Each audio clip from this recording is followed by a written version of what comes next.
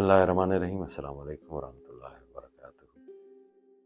हज़रात, आज की इस्तिलाहात सूफ़िया की इस नशिस्त में हम इस्तिलाह कल्ब की मज़ीद वज़ाहत करेंगे। कल्ब का लफ्ज़ी मानी बुनियादी तौर पर हर वक्त तब्दील होने वाले का है, जो हमा वक्त एक तब्दीली में रहे, जो हमा वक्त एक हरकत में रहे और जो हमा वक्त एक ही हाल में रहे, वो कल्ब नहीं है, बल्कि वो एक पत्थर ठहरा है। इसलिए कल्ब कहा जाता है कि इसका हाल हर वक्त बदलता रहता है, इसकी कैफियत व अहवाल चूँकि दाइमन बदलते रहते हैं, तो इसके उलट पुलट होने और हर वक्त बदलते रहने की वजह से ही अरबी में इसका नाम कल्ब रखा गया है। कल्ब पर कभी नफ्स व शैतान की तरफ से ख़यालात का वरूद होता है, कभी मलाइका की तरफ से ख़वातिर का नज़ूल होता है, कभी रहमान की तरफ से ख़वातिर व तजल्लियात की बरसात होती है, और कभी ये पत्थर की तरह सख्त होता है, कभी ये मोम से भी नरम हो जाता है, कभी इसमें खशियत और खुशू व खुजू की कैफियत तारी होती हैं, तो कभी इसमें फस्क व फजूर घुस जाता है। कभी ये कल्ब खशियत इलाही से लरज़ने लगता है और कभी बेमुरव्वत और मुतकब्बिर बन जाता है। कभी इसमें किसी के लिए रग़बत पैदा होती है और फिर कभी किसी के लिए नफ़रत दर आती है। इन सारे अहवाल व तजल्लियात के साथ इसकी कैफियत भी बदलती रहती हैं। चुनांचे असल कल्ब गोश्त के इस लोथड़े का नाम नहीं है जो सीने में धड़कता है। बहरहाल उसका भी एक वस्फ़ तो यही है कि वो भी हमा वक्त हरकत के अंदर ही रहता है, तब्दीली के अंदर ही रहता है। तो जिस तरह अक़ल एक क़ुव्वत है और इस क़ुव्वत के 5 हवास हैं, इसी तरह क़ल्बुल क़ल्ब भी जो है वो भी एक क़ुव्वत है। जब बात अक़ल से आगे निकल जाए तो एक नई क़ुव्वत उसका इदराक करती है और उस क़ुव्वत को क़ल्ब कहते हैं। और उस क़ुव्वत की जगह या उसका महल या उसका पैलेस जो है उस पार का, वो इंसान का दिल जो है वो है। सूरह काफ में अल्लाह करीम ने फरमाया कि बेशक इसमें यकीनन इंतबाह और तज़क्कुर है उस शख्स के लिए जो साहिब दिल है, यानी गफलत से दूरी और क़ल्बी बेदारी रखता है। इस आयत से वाज़ेह होता है नसीहत जिस चीज़ की तरफ मुतवज्जो कर रही है, अक़ल उसका अहाता व इदराक ही नहीं कर सकती। वो अक़ल की सलाहियत से मावरा है और यहाँ ही से अगला ज़रिया अमल शुरू होता है। यानी वो जो 5 आपकी सेंसेस हैं, जो हवास ख़म्सा हैं, यानी आँखें, कान, नाक, हाथ और ज़बान, अपनी महदूद सलाहियतों और कैपेबिलिटीज़ के हामिल होते हुए किसी चीज़ का बज़ाते खुद कोई इम्तियाज़ नहीं कर सकते। ये हवास तो आवाज़, सूरत और उसके मानी को भेजते हैं।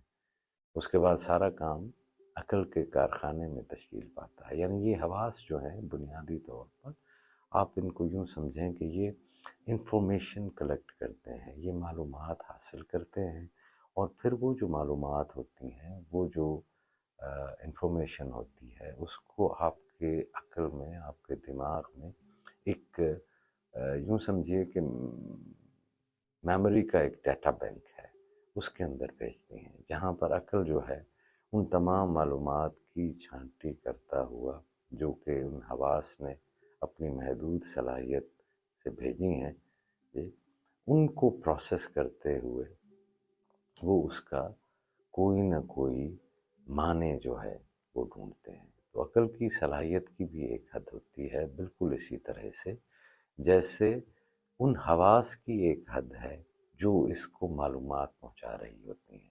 आपकी जो आई साइट है, इसकी एक हद है, एक हद से आगे जो है वो नहीं जा सकती। आपका हाथ है, आपका लमस है, आपकी टच की एक सेंस है, तो इसकी अपनी हदूद हैं। ये बहुत गर्म या बहुत सर्द को नहीं छू सकती। इसी तरह से आपके कानों की भी एक फ्रीक्वेंसी होती है और आपकी सूंघने की सलाहियत की भी एक फ्रीक्वेंसी होती है। मिसाल के तौर पर अगर आप किसी इत्र की दुकान के अंदर चले जाएं, تو آپ کچھ ہی دیر کے بعد آپ کی تمیز ختم ہو جاتی ہے خوشبوؤں کو فرق کرنے میں۔ تو اسی طرح عقل کی صلاحیت کی ایک حد ہوتی ہے، کیونکہ اس کو جو معلومات مل رہی ہیں وہ محدود ٹولز کے ذریعے جو ہے وہ مل رہی ہیں۔ وہ صرف انہی کے بھیجے ہوئے مقدمات کو مرتب اور منظم کر کے علم کو تشکیل دیتے ہیں، اپنی طرف سے کچھ بھی نہیں کرتے۔ اب وہ چیزیں جو ان 5 سینسز میں یا حواس میں نہیں آئیں گی، وہ عقل میں کیسے سما سکتی ہیں؟ اس کا مطلب یہ ہوا کہ عقل میں صرف وہی کچھ آتا ہے جو حواس کے دائرے میں سما سکتا ہے، جو سینسز کے دائرے کے اندر سما سکتا ہے۔ اب جن چیزوں کی طرف قرآن نے وحی اور ایمان کہہ کر متوجہ کیا ہے، وہ چیزیں دراصل وہ حقائق ہیں جو حواس کے اندر ہی نہیں ہیں، جو ان سینسز کے اندر ہی نہیں ہیں۔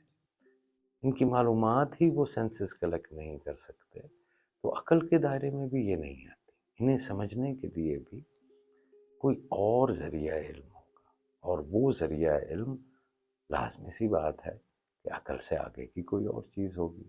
تو یہ بات ہم ثابت کر چکے ہیں کہ وہ ذریعہ یہ گوشت کا بنا ہوا آرگن نہیں ہے جسے ہم دل کہتے ہیں، کیونکہ اس کا یہ دائرہ کار ہی نہیں ہے۔ لا محالہ یہ وہی قلب ہوگا جسے قلب القلب کہتے ہیں۔ پتہ چلتا ہے کہ قلب کوئی اور چیز ہے۔ یہ بھی معلوم ہوا کہ عقل کا دائرہ جہاں ختم ہوتا ہے اس سے آگے قلب شروع ہوتا ہے۔ اسی طرح قلب ایک ایسا جوہر ہے جس کی حالت ہر وقت متغیر رہتی ہے، ایور چینجنگ رہتی ہے۔ کبھی یہ حضرت الہ کے قریب ہو جاتے ہیں اور کبھی اس کے بعید، کبھی اس میں روشنی آ جاتی ہے تو کبھی اندھیرا چھا جاتا ہے، کبھی اس میں قبض آتی ہے تو کبھی بس، کبھی اس کے اوپر مختلف خواطر، خیال، آواز اور خطاب اترتے ہیں، اور کبھی تجلیات ربانی کا ورود ہوتا ہے۔ تو اب یہ جو ہے یہ قلب ہوتا ہے، اس کی اپنی سینسز ہیں، اس کے اپنے حواس ہیں، اس کے اپنے احوال ہیں، اس کے اپنی کیفیات ہیں، اس کی اپنی فنکشنالٹیز جو ہے وہ ہوتی ہیں۔ اور بار بار جو پیوریفیکیشن آف ہارٹ کی طرف صوفیاء کہتے ہیں، جی تطہیر قلب کی بات کرتے ہیں، تو وہ اسی قلب کے متعلق بات کر رہے ہوتے ہیں۔ آپ کو خیر ملے اور خیر بانٹنے کی توفیق۔